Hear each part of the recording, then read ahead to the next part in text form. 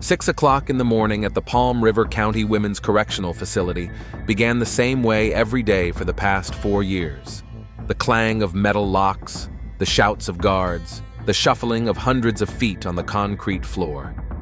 Maria Santos woke up a minute before the siren, as always. A prisoner's internal clock never lies.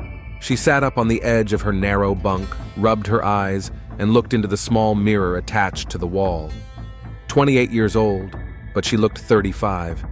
Prison aged you quickly. The dark circles under her eyes, once called beautiful, now spoke only of fatigue and endless waiting. "Get up! Everyone up!" The voice of Guard Jenkins cut through the morning silence like a knife.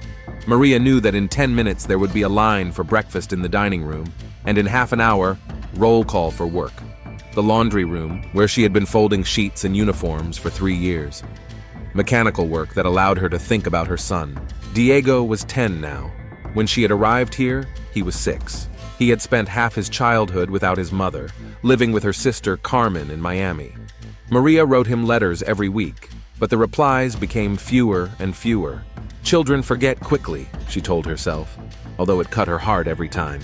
Burglary, 5 years, 4 of which she had already served. It was just an attempt to take money from the cash register at the restaurant where she worked as a waitress. Diego needed asthma medication, and they didn't have insurance. $300. For $300, she lost 4 years of her son's life. In the dining hall, Maria took her usual seat next to Gloria Mendez, a 40-year-old woman serving time for drug trafficking. Gloria was one of those who knew everything and everyone in prison. She kept tabs on the mood of the administration, knew which guards could be bribed and which were best avoided. "Have you seen the new girl in Block 8? Gloria asked, poking at scrambled eggs that looked more like rubber. "She's really young, about 20. Drugs. They say she comes from a good family. Her dad's a lawyer." Maria nodded, not particularly interested. In 4 years, she had seen hundreds of such stories. Good families, bad families. In the end, they all ended up here, in identical orange robes with the same fate. And another thing, Gloria lowered her voice. They say Captain Harris is shaking everyone down again, looking for anyone who's cozy with the guards. Last week, Sandra from Block 4 was thrown in solitary. They say she had something with Guard Thompson. Maria grimaced. Relationships between inmates and staff were taboo, but they happened regularly. Loneliness, power, and dependence created a toxic mixture that would explode sooner or later. Smart girls stayed away from the guards, but not everyone was smart. After breakfast, the column of prisoners headed for the production block. Maria walked, looking at the back of the woman in front of her, when she noticed him out of the corner of her eye. Guard Roland Crawford stood at the entrance to the laundry room, checking documents. He was a tall, broad-shouldered man in his mid-30s with tired gray eyes and neatly trimmed hair. Crawford had been working here for 8 years, but Maria had only noticed him 6 months ago. More precisely, she noticed that he was looking at her. Not the way the guards usually looked at her. Judgmental, condescending, different, almost interested. The first time, she thought she was imagining things. The second time, she dismissed it as a coincidence. By the third time, she realized that Roland Crawford was really looking at her, and something in his gaze made her heart beat a little faster. "Santos." His voice was even and formal as she walked past him, but his gaze lingered a second longer than necessary. In the laundry room, Maria worked on autopilot. Her hands sorted laundry and folded sheets, but her thoughts were elsewhere. She wondered what that look meant. She thought about how she hadn't felt like a woman in 4 years, only prisoner number 47291, and about how dangerous it was to even think that way. Captain Linda Harris made her rounds every morning at the same time. A 45-year-old woman with an iron posture and a steely gaze, she had been in charge of security at the facility for 12 years. During that time, thousands of women and hundreds of employees had passed through the prison, but Harris remained as unchanging as a rock. She knew her job and did it flawlessly. She knew every inmate by name, remembered their cases, their sentences, their behavioral patterns. But most of all, she knew her subordinates. Every guard, every supervisor, every member of the technical staff. And that's why Harris noticed the change in Roland Crawford's behavior 2 weeks ago. Small, Almost imperceptible changes, but obvious to an experienced eye. Crawford began to linger after his shift, spending more time in the production block, behaving differently around some of the inmates, in particular around Maria Santos. Harris stopped at the entrance to the laundry room to watch the work. Santos was standing at the folding machine, neatly folding sheets. An ordinary inmate, unremarkable.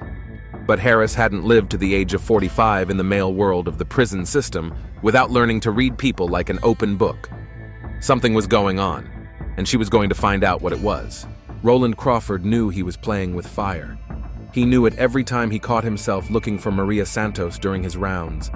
He knew it when he found excuses to linger in the laundry room longer than necessary.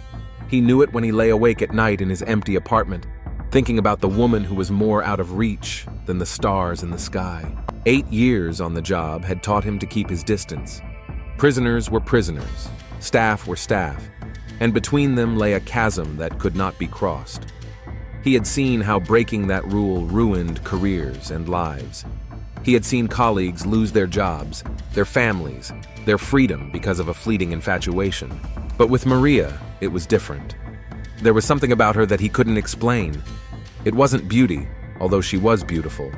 It wasn't vulnerability, although prison made everyone vulnerable. It was something else. Dignity, perhaps, or strength that hadn't been broken even here. His divorce 2 years ago had left him lonely and lost. Work, home, TV, sleep, and back to work. No friends, no hobbies, no prospects. Just gambling debts he tried to forget with alcohol, and alcohol that made him gamble even more. Maria Santos was the first ray of light in this darkness, and he knew it would destroy him. In the medical ward, Dr. Robert Chase was reviewing patient charts, sipping coffee from a thermos. There was something stronger than coffee in it, but that was nobody's business. At 52, he was entitled to a few small pleasures in life. Chase had lost his private practice license 3 years ago after a patient died due to his negligence during surgery. Alcohol, fatigue, and overconfidence were a deadly combination in medicine. Prison medicine was his last chance to continue working as a doctor, albeit for a laughable salary. No one asked any unnecessary questions here. Here, you could cut corners, treat patients with aspirin, and ignore complaints. Prisoners had no right to choose their doctor or file lawsuits for medical malpractice. It was the perfect job for a man whose hands trembled and whose memory was unreliable. But prison medicine had its advantages.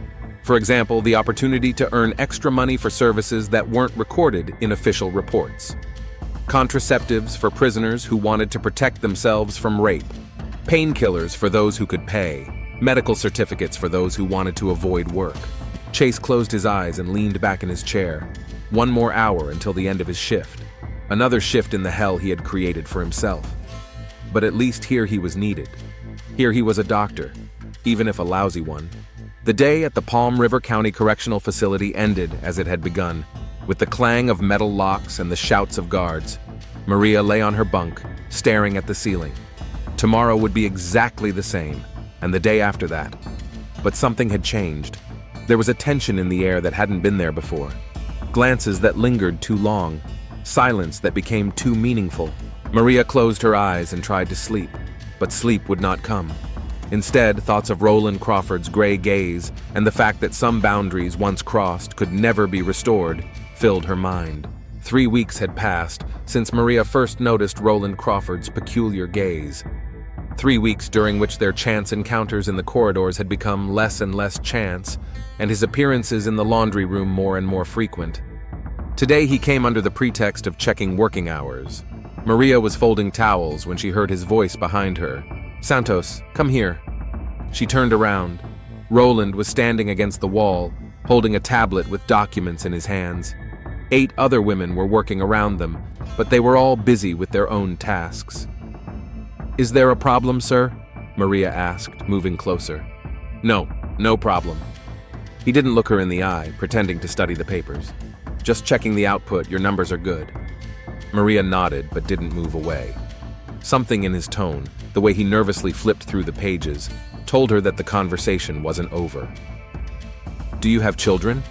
he asked suddenly, still not looking up. The question was so quiet that she barely heard it. Personal questions from supervisors were rare and usually didn't bode well. "A son," she replied cautiously. "How old?" 10. Roland finally looked up. There was pain in his eyes that he was trying to hide. "I wanted children too," he said so quietly that she could barely hear him. "But my wife and I divorced 2 years ago." Maria didn't know what to say. This conversation was crossing every line imaginable, but she couldn't bring herself to leave. "I'm sorry," she said sincerely. "Don't be sorry. It was my mistake. He fell silent, looked around to make sure no one was listening. "I don't know how to build relationships. I don't know how to be who I need to be." There was such bitterness in his voice that Maria's heart ached. She saw that pain in the mirror every morning, the pain of a man who considered himself a failure. "Everyone makes mistakes," she said gently. "The important thing is not to repeat them." Roland looked at her as if he were seeing her for the first time. There was something in his gaze that made her heart race. "Get back to work," he said, but there was none of his usual formality in his voice. Maria nodded and walked away, but she could feel his eyes on her for a long time. Captain Harris watched the scene from the hallway. She couldn't hear what they were saying, but their body language spoke for itself. Too close, too long, too intimate for a conversation between a guard and a prisoner. Harris turned and walked back to her office. It was time to act. An hour later, she summoned Crawford to her office. Roland entered with an impassive expression, but Harris could see the tension in his posture. "Sit down," she said, without looking up from her papers. Roland sat down, folded his hands in his lap, and waited. 8 years of impeccable service," Harris began, leafing through his personnel file. "Not a single serious infraction, not a single complaint from inmates, a model employee." "Thank you, Captain. That's why I find it so strange to hear talk that you've been spending too much time in the production block." Harris looked up and stared at him intently, especially in the laundry. Roland didn't flinch. "I'm doing my job, Captain, checking that the rules are being followed, supervising the inmates." "Of course." Harris closed the folder. "And I'm sure you remember our policy regarding contact with prisoners." "I do." "Remind me." Roland straightened up. "Minimal contact. Strictly business. No personal conversations or relationships." "Exactly." "And you understand why this policy exists?" "Yes, Captain." "Good." Harris stood up. "Then I'm sure we won't have any problems in the future." Roland got up and headed for the door. "Crawford," Harris stopped him. "Loneliness is a poor advisor. If you have personal problems, there are employee assistance programs." Roland nodded and left. Harris remained alone, but she didn't feel reassured. She knew men well enough to understand that warnings didn't always help. In the medical unit, Dr. Chase was seeing his next patient. Suzanne Wright, 23 years old, drugs. Young, pretty, from a good family. It was girls like her who most often got into trouble in prison. "What are you complaining about?" Chase asked, without looking up from the chart. "Doctor, my period is late," Suzanne said quietly. "I think I'm pregnant." Chase looked up. It was what he had been waiting for and dreading at the same time. "How long have you missed your period?" 2 weeks, maybe more." "Have you had sexual intercourse?" Suzanne blushed and nodded. "With whom?" "I can't say." Chase leaned back in his chair. A pregnant inmate meant trouble. Big trouble for everyone involved. "Listen to me carefully," he said. "If you're pregnant, this needs to be dealt with quickly and quietly. Do you understand?" Suzanne nodded. "I can help, but it will cost money." "How much?" $500. "I don't have that kind of money." "Then find it, or find someone who will pay for it." Chase leaned forward. "Because if the administration finds out, everyone will suffer. You, me, and whoever did this to you." Suzanne left the infirmary with trembling hands. $500. Where would she get $500? Meanwhile, on the other side of the prison, a conversation was taking place that would change everything. Roland found Maria in the library. She was sitting at a table reading a book. It was evening and the library was almost empty. Most of the inmates preferred to watch TV in the common room. "What are you reading?" he asked, coming closer. Maria looked up. After her conversation with Captain Harris, she expected Roland to avoid her. A thick one, Anna Karenina. A sad book. Yes, but honest. She closed the book. I didn't think you'd be here. Neither did I. Roland sat down at the next table. Captain Harris called me in today. Maria felt a chill run down her spine. What did you talk about? About keeping my distance. And what did you say? What she wanted to hear. Roland looked her in the eyes. But that doesn't mean I think so. Maria looked around. The librarian was dozing at her desk and there was no one else in the room. It's dangerous, she said quietly. I know. You'll lose your job. Probably. And I'll be put in solitary confinement or transferred to another prison. Possibly. Maria stood up and walked over to the window. Through the bars, she could see the lights of the city, life going on without her. Then why are you here? Roland stood up and walked over to her. There were 3 feet between them, but it felt like they were standing on the edge of a precipice. Because I haven't lived for many years, he said quietly. I've just existed. Worked, slept, worked again. And when I see you, I feel alive. Maria closed her eyes. She knew that feeling. 4 years in prison had taught her to tell the difference between living and merely surviving. I have a son, she said without turning around. Diego. He's 10 years old. He's the only reason I get up every morning. I know. I can't take any chances. I can't lose the chance to see him grow up. I understand. Maria turned around. Roland was standing there looking at her with pain in his eyes. But I haven't lived for many years either, she admitted. And when you look at me, I remember what it's like to be a woman, not just a prisoner. Roland took a step forward, then another. Now there were only a few inches between them. Maria, he said her name as if it were something sacred. She raised her hand and touched his face. He closed his eyes and leaned into her palm. This is crazy, she whispered. I know. We'll both get hurt. Probably. Then why? He kissed her, softly, gently, as if she were made of crystal. Maria felt the world around them disappear. There was no prison, no bars, no rules. There were only the two of them, and this feeling she thought she had lost forever. When they parted, Roland pressed her forehead against his. Because some things are worth the risk, he whispered. Maria knew that this was the beginning of the end, or the beginning of something new. But at that moment she didn't care. Outside the library window, the night patrol was passing by. The guard glanced in the window for a second but saw nothing suspicious. Just 2 figures by the bookshelves. He walked on, unaware that he had just witnessed the beginning of a story that would end in tragedy. A week later, Maria realized she was too late. Not just late. It had been 2 weeks. In prison, where every day is scheduled down to the minute, where you know the exact time of breakfast, lunch, and lights out. It's impossible not to notice when your body starts living on a different schedule. At first, she thought it was stress. Prison, anxiety, vitamin deficiency, all of these could have thrown her cycle off. But then the nausea started.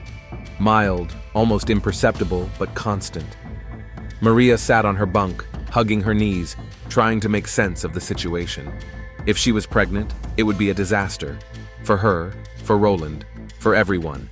Over the past 3 weeks, they had met 5 more times. Always in different places, always cautiously. The library, a warehouse, an empty classroom. No one had seen them. No one suspected anything. But now, they could have proof. Maria closed her eyes and tried to calm down. Maybe she was wrong. Maybe it really was just stress. Tomorrow she would go to Dr. Chase and find out. But deep down, she already knew the answer. Dr. Chase studied the results of the urine test he had secretly taken from Maria Santos under the pretext of a routine checkup. 2 lines. Positive. He leaned back in his chair and rubbed his temples. Another pregnant inmate, the second one this month. Suzanne Wright had been unable to come up with the $500, and now her sentence was too long for safe intervention in the prison infirmary. She had been transferred to a state women's colony with a special ward for pregnant women. The problem had solved itself, but Chase knew that Maria would be more difficult. Maria Santos was not the type to give in easily. He could see it in her eyes, in the way she held herself, More importantly, Chase suspected who the father might be. In 20 years of working in various medical institutions, he had learned to read people. He noticed how Roland Crawford had begun to appear more often in his wing, how his behavior changed around Santos. It was a professional deformation of an alcoholic, seeing other people's weaknesses. Chase opened his desk drawer and took out a small flask. A sip of whiskey helped him focus. If his suspicions were correct, he had a trump card he could use. Roland Crawford earned good money and definitely had savings. Chase dialed an internal number. Santos to medical. Urgent. Maria received a call to the medical unit during her lunch break. Her heart began to race. She knew why she was being called. The test results Dr. Chase had taken 3 days ago must be ready. The walk to the infirmary took 5 minutes, but it felt like an eternity. Maria tried to prepare herself for any outcome, but deep down she already knew the result. The morning nausea had intensified, her chest felt painful, and she felt strangely tired, which couldn't be explained by the prison regime. Dr. Chase greeted her with an impassive expression. "Sit down," he said, pointing to a chair next to his desk. Maria noticed that he had locked the door, which was very unusual for a doctor's office. "The test results are in," Chase began, opening her medical file. "You're pregnant. You're about 6 weeks along." Maria felt the world sway. Even knowing this was to be expected, hearing the confirmation was painful. "Are you sure?" "Absolutely." Chase leaned forward. "The question is, what are we going to do about it?" "We." "Maria, may I call you by your first name? We both understand that a pregnancy among prisoners creates certain complications." Maria remained silent, trying to understand where he was going with this. "Officially, I have to report this to the administration. There will be an investigation, a paternity test, and possible criminal charges against a prison employee." Chase paused. "But I think we can resolve this quietly." "What do you mean?" "I can help you terminate the pregnancy. Here in the infirmary, it's safe and confidential. No one will find out." Maria felt a chill run down her spine. "What if I don't want to terminate it?" Chase smiled. "Then tomorrow morning, Captain Harris will receive my report on your condition. And I'm afraid Warden Crawford will have to find a new job, possibly in another state." Maria jumped up from her chair. "Are you blackmailing me?" "I'm offering a solution that will work for everyone." "And how much will that cost?" $1,000. Half now, half later. Maria looked at him with disgust. This man was trading lives like drug dealers traded doses. "I don't have that kind of money." "But Crawford does." Chase stood up and walked over to the window. "You have 24 hours to think about it." "I'll expect your answer tomorrow at this time." Maria left the infirmary on shaky legs. $1,000, blackmail, threats, and the child growing inside her, Roland's child. She had to talk to him. Roland Crawford was doing his evening rounds when he saw a note tucked between the bars of Maria's cell. He picked it up casually, pretending to be picking up trash. "Library, 10 p.m. urgent. M." His heart began to beat faster. In the 3 weeks of their relationship, Maria had never taken the initiative to meet him. Something had happened. At 10 o'clock in the evening, the library was empty. Roland entered through the service entrance, which he knew from 8 years of working in the prison.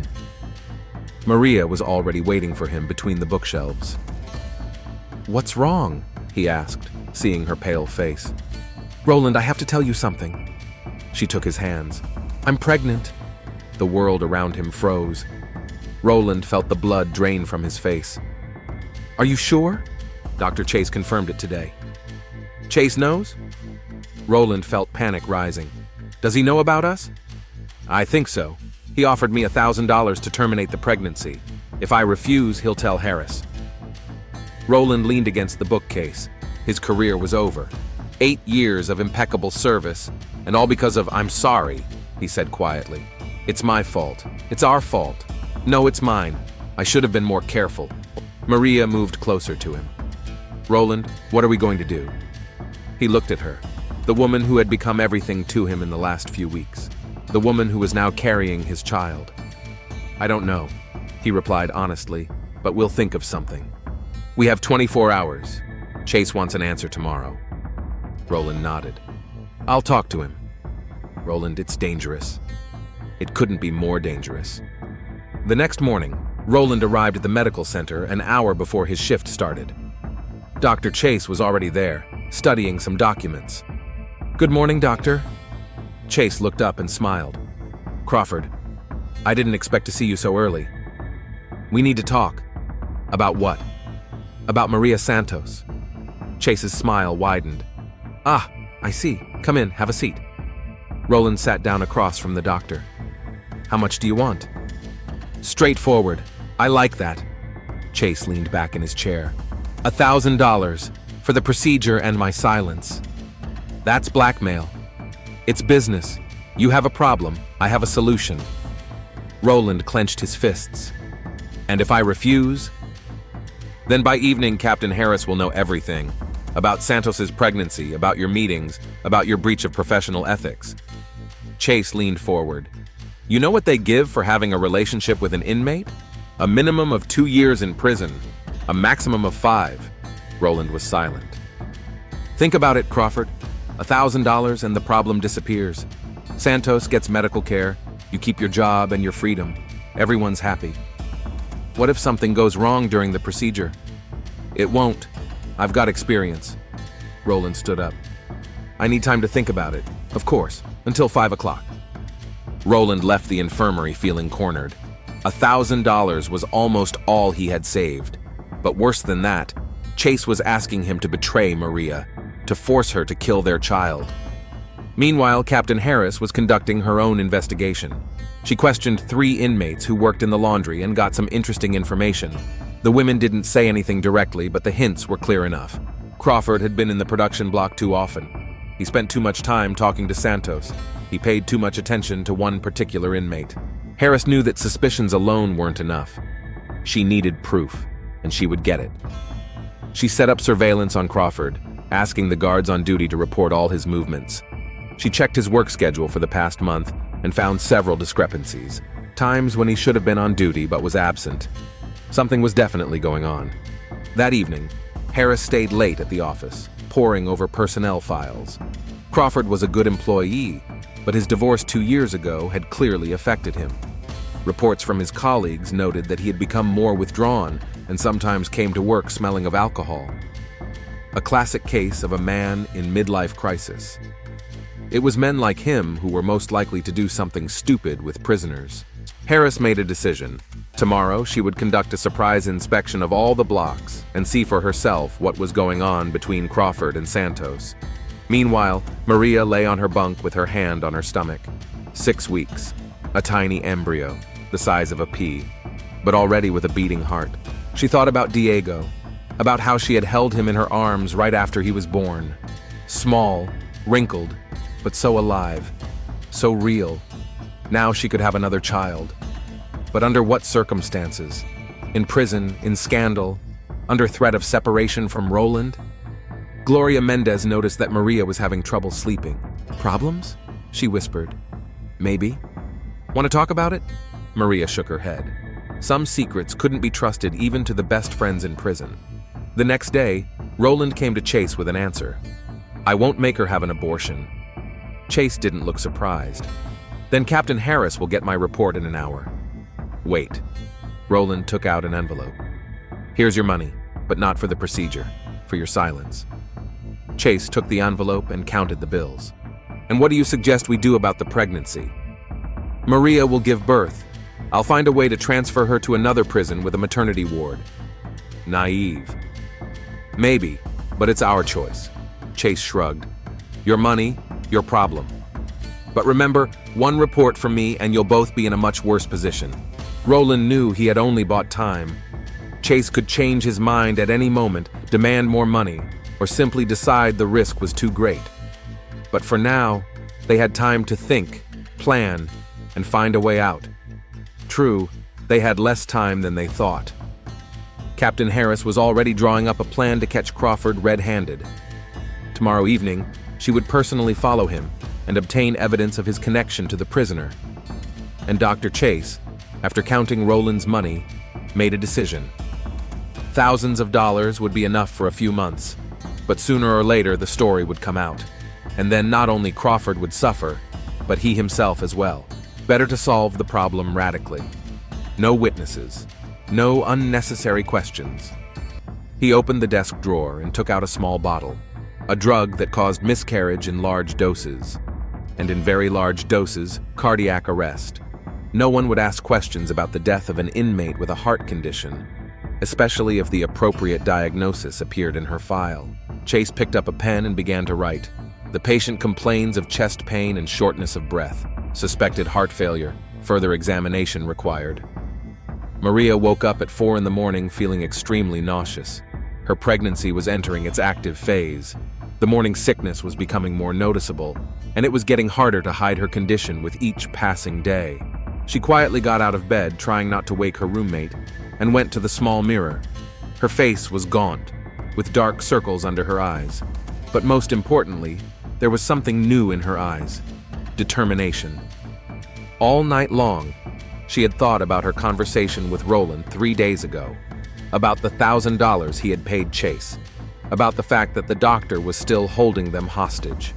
Sooner or later, he would demand more money, or want more, or simply decide that the risk was too great. Maria could no longer live in constant fear. She was carrying a child in her womb, her and Roland's child, and she was willing to do anything to protect it, even if it meant destroying everything. At 7 a.m, right after breakfast, Maria asked the guard for a meeting with Captain Harris. It was an unusual request. Inmates rarely initiated conversations with the authorities without a serious reason. "What is it about?" asked Guard Thompson. "Personal, but urgent." Thompson wrote down the request. Usually such meetings were scheduled for several days later, but something in Maria's tone made him mark the request as a priority. At 10:30, Maria was sitting in Captain Harris's office. The stern woman studied her file, looking up from time to time. 4 years of exemplary behavior, Harris said finally. Not a single serious infraction. Not a single complaint. What brought you to me today, Santos? Maria took a deep breath. What she was about to say would change everything. Captain, I need a transfer to another facility. For what reason? I'm pregnant. Harris's face didn't change, but Maria noticed her fingers tighten around the pen. Who's the father? Maria was silent for a second too long. It doesn't matter. It matters a lot. Harris stood up and walked around the desk. Santos, do you understand the seriousness of the situation? Sexual relations between an inmate and a prison employee is a criminal offense. I understand. Then give me his name. Maria looked up and stared directly at the captain.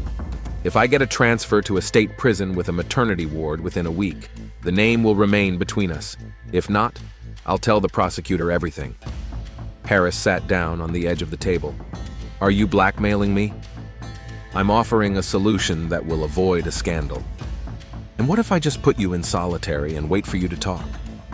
Then in a day or two, journalists will find out about a pregnant prisoner in solitary and corruption in the Florida prison system.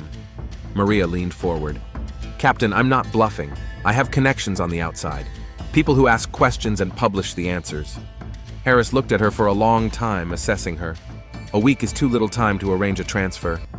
Then find a way to speed up the process. What if I find the child's father myself? You can try, but you only have a week. Harris returned to her desk. You can go, Santos. I'll think about your offer. When Maria left, Harris immediately picked up the phone. If Santos was pregnant, then her suspicions about Crawford were correct. Now all she had to do was prove it. But she had less time than she thought. Dr. Chase learned of Maria's visit to Captain Harris 2 hours later. News spread quickly in prison, especially unusual news such as a prisoner's request to see the authorities. Chase sat in his office, nervously sorting through medical instruments. If Santos had decided to talk, then time was running out. He had to act immediately. He opened Maria's medical file and added another entry. The patient is complaining of sharp chest pains. Immediate examination required. Then he took out the vial of medication he had prepared the day before. It was enough to stop the heart for several minutes. Death would look like a heart attack in a patient with pre-existing conditions. Chase dialed the internal number. Santos to the medical unit. Urgent. Complaints of heart pain. At 1:30, Maria received a call to the medical unit. She was alarmed. Too many coincidences for one day. First, the conversation with Harris. Now, a sudden medical examination. But she couldn't refuse the doctor's call. It took a few minutes to get to the infirmary. Maria walked slowly, instinctively sensing danger. The corridors were unusually quiet. Most of the inmates were at work or in classrooms. Dr. Chase was waiting for her with a professional smile. "Come in, Maria. Have a seat." She noticed that he had locked the door again. "What are you complaining about?" "I'm not complaining about anything. You called me." "Yes, of course." Chase walked over to the medicine cabinet. "I was told you were having chest pains." "Who told you?" "It doesn't matter." He turned to her, holding a syringe in his hands. "The important thing is your health." Maria felt a chill run down her spine. Something was wrong. Chase was acting differently. There was a nervousness in his movements that hadn't been there before. "Doctor, I feel fine. I don't have any chest pains." "You still need to be examined." Chase moved closer to her. "Especially considering your condition." "What condition?" "Don't pretend, Maria. We both know you're pregnant, and we both know that this is a problem." Maria stood up from her chair. "I want to go back to the unit." "I'm afraid that's not possible. Not until we resolve your problem." "What problem?" Chase's smile faded. "You spoke with Captain Harris this morning. I know what you talked about." "How?" "I have my sources." He took a step forward. "You threatened to tell everything if you didn't get a transfer." Maria backed toward the door. "That's true. That's very stupid of you." "Why?" "Because now you're a threat not only to Crawford, but to me as well." Maria tried to turn the doorknob. It was locked. "Open the door." "No." "Doctor, if you don't open the door, I'll scream." "Scream. The medical room is soundproof." Chase raised the syringe. "Do you know what that is?" Maria looked at him in horror. "Medicine? In a sense. It's the solution to all our problems." "You're crazy." "Maybe, but I have no choice." Chase slowly approached her. "You decided to play a dangerous game, Maria, and dangerous games have casualties." Maria pressed her back against the door. "Doctor, think about what you're doing. I'm pregnant. You'll kill 2 people. That's exactly why I'm doing this." Chase was now just a step away from her. "One dead witness is better than 2 living ones." Maria tried to dodge him, but Chase grabbed her arm. She screamed, but the sound didn't carry beyond the office. "Quiet," Chase hissed. "This won't take long." Maria tried to break free, but he was stronger. The syringe was getting closer to her hand. "Wait!" she shouted. "I have a proposal!" Chase stopped. "What is it?" "I can pay you more. Roland can pay you more." "How much?" 5,000, 10, whatever you want." Chase smirked. "Maria, money won't solve the problem. You already talked to Harris. The process is underway." "I'll take back what I said. I'll say I lied." "It's too late." He tried to insert the needle again, but Maria jerked away. The syringe fell from his hands and shattered on the floor. "Bitch!" Chase hit her in the face. Maria fell, hitting her head on the edge of the table. Her vision darkened, but she forced herself to get up. Chase was already taking another syringe out of the cabinet. "Now it's going to hurt more," he said. Maria looked around for a way out. There was a medical hammer for checking reflexes on the table. She grabbed it and swung it at him. Chase dodged and the hammer flew past him, but that gave Maria a few seconds. She rushed to the window and started banging on the glass. "Help! Help me!" Chase came up behind her and wrapped his arms around her neck. "Enough!" Maria felt his hands tighten around her throat. She couldn't breathe. "This is even better," Chase whispered in her ear. "Strangulation looks like suicide. Depression in a pregnant prisoner." Maria tried to pull his hands away, but her strength was quickly leaving her. Red spots floated before her eyes. "Be quiet," Chase whispered. "Just a little longer and it will all be over." Maria thought of Diego, of never seeing him again, of the child who would die with her, of Rolanda, who would blame himself for the rest of his life. Her strength left her. Her arms hung limply at her sides. "That's it," Chase said, loosening his grip. Maria collapsed to the floor. Chase checked her pulse. No, she wasn't breathing either. He lifted her body and laid her on the couch, arranging her in a position that resembled hanging with a sheet. Then he called security. "Medical unit, urgent! An inmate has attempted suicide!" 3 minutes later, 2 guards and Captain Harris rushed into the medical unit. Chase pretended to be trying to resuscitate Maria. "What happened?" Harris shouted. "I don't know," Chase replied, continuing to perform CPR. "She came in complaining of depression. I went to get her medication, and when I came back, I saw this." Harris looked at Maria's body. Something was wrong, but she couldn't figure out what. "Call an ambulance."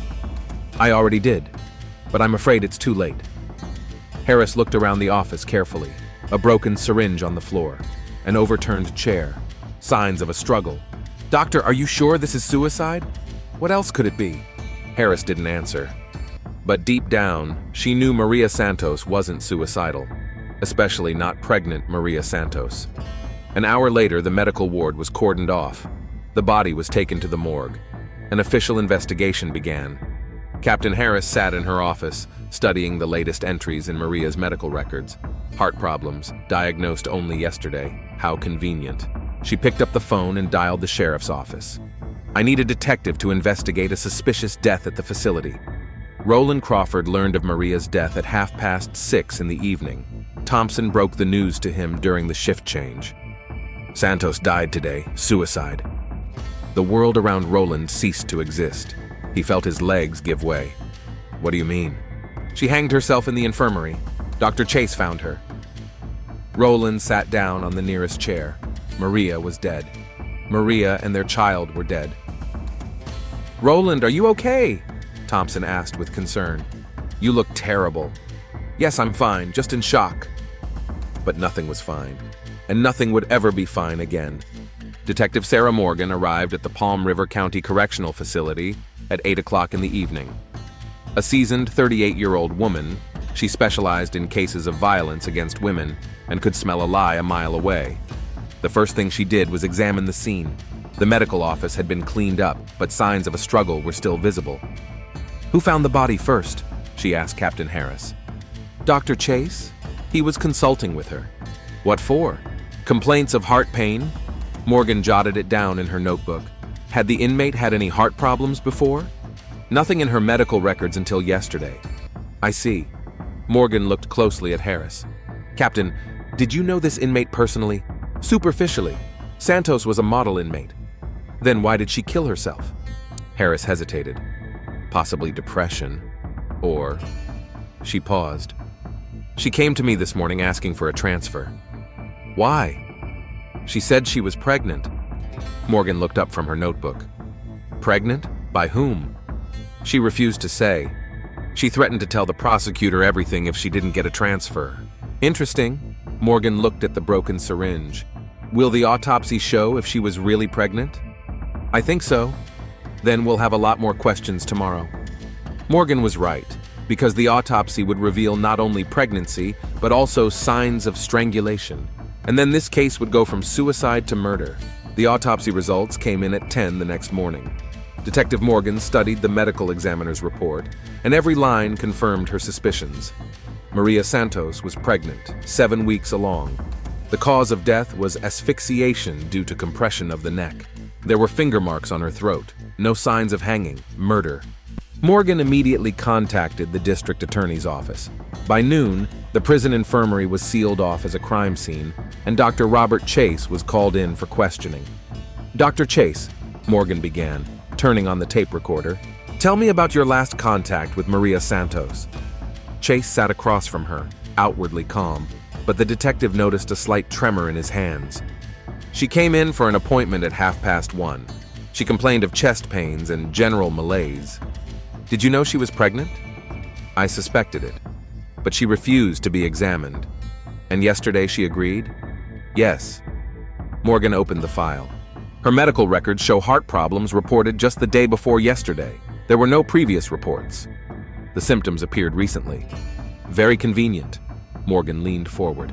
"Doctor, the autopsy showed that Maria Santos died of strangulation. This was not suicide." Chase's face paled. "That's impossible. I found her hanging." "No, doctor. You strangled her with your own hands." Chase stood up abruptly. "This is absurd. You have no proof." "We do. DNA under the victim's fingernails. She was scratching to defend herself." Morgan took out photos from the crime scene.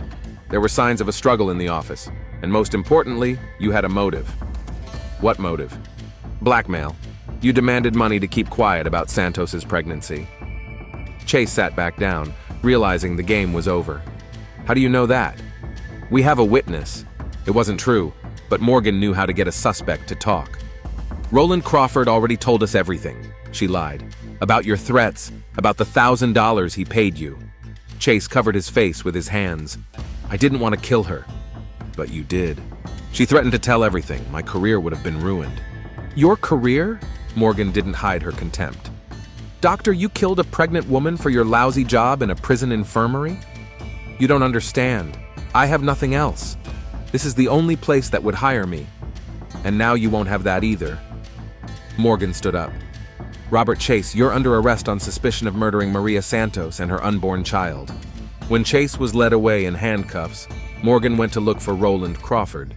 She needed his version of events. Roland sat in the staff lounge, staring at the wall. He looked 10 years older than his age.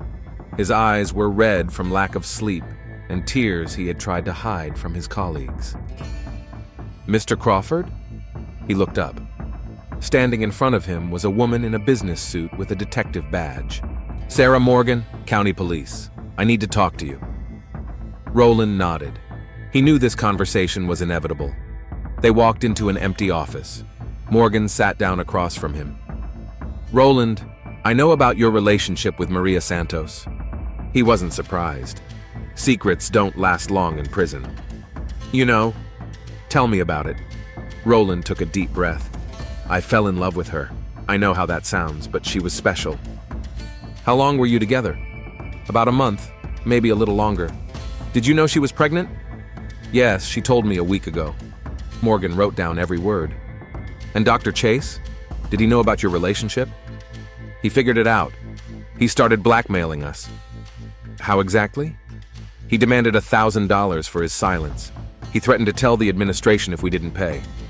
And you paid? Yes, I hoped it would solve the problem. Morgan looked at him sympathetically.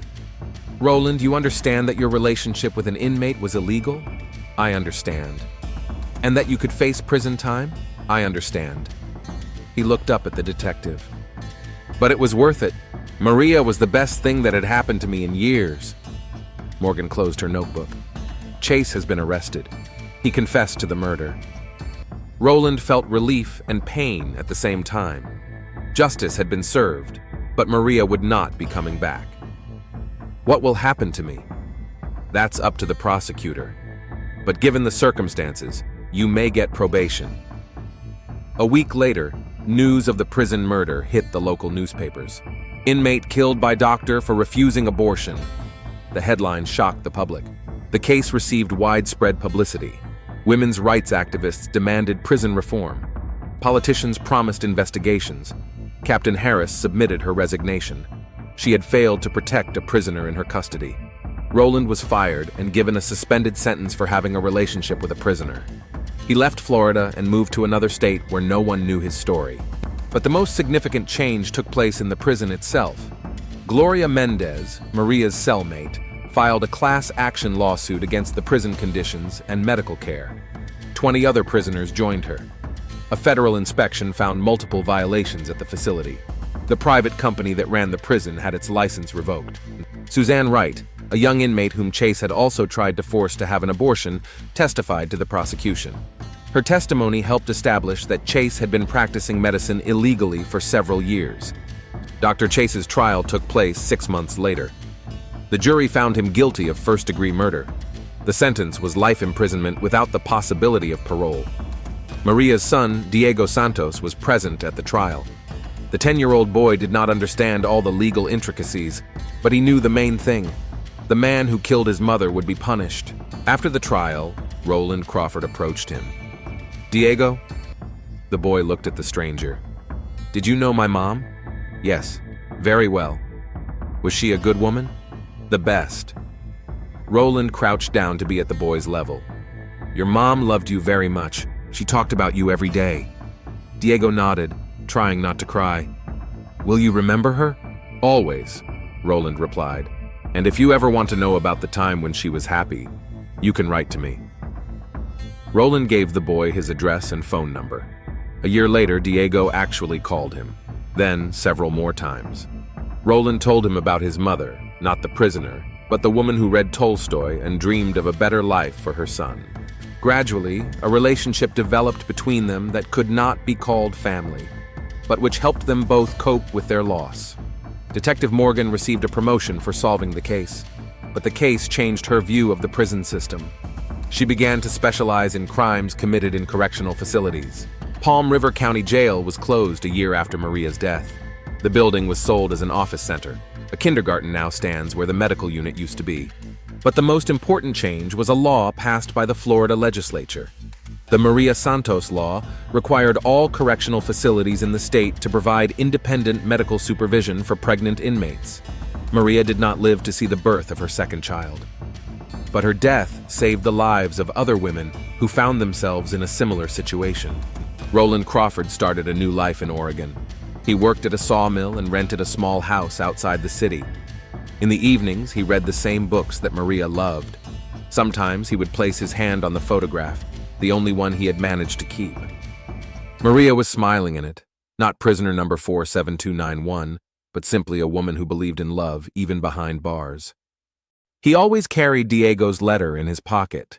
The boy grew up, went to school, and played baseball.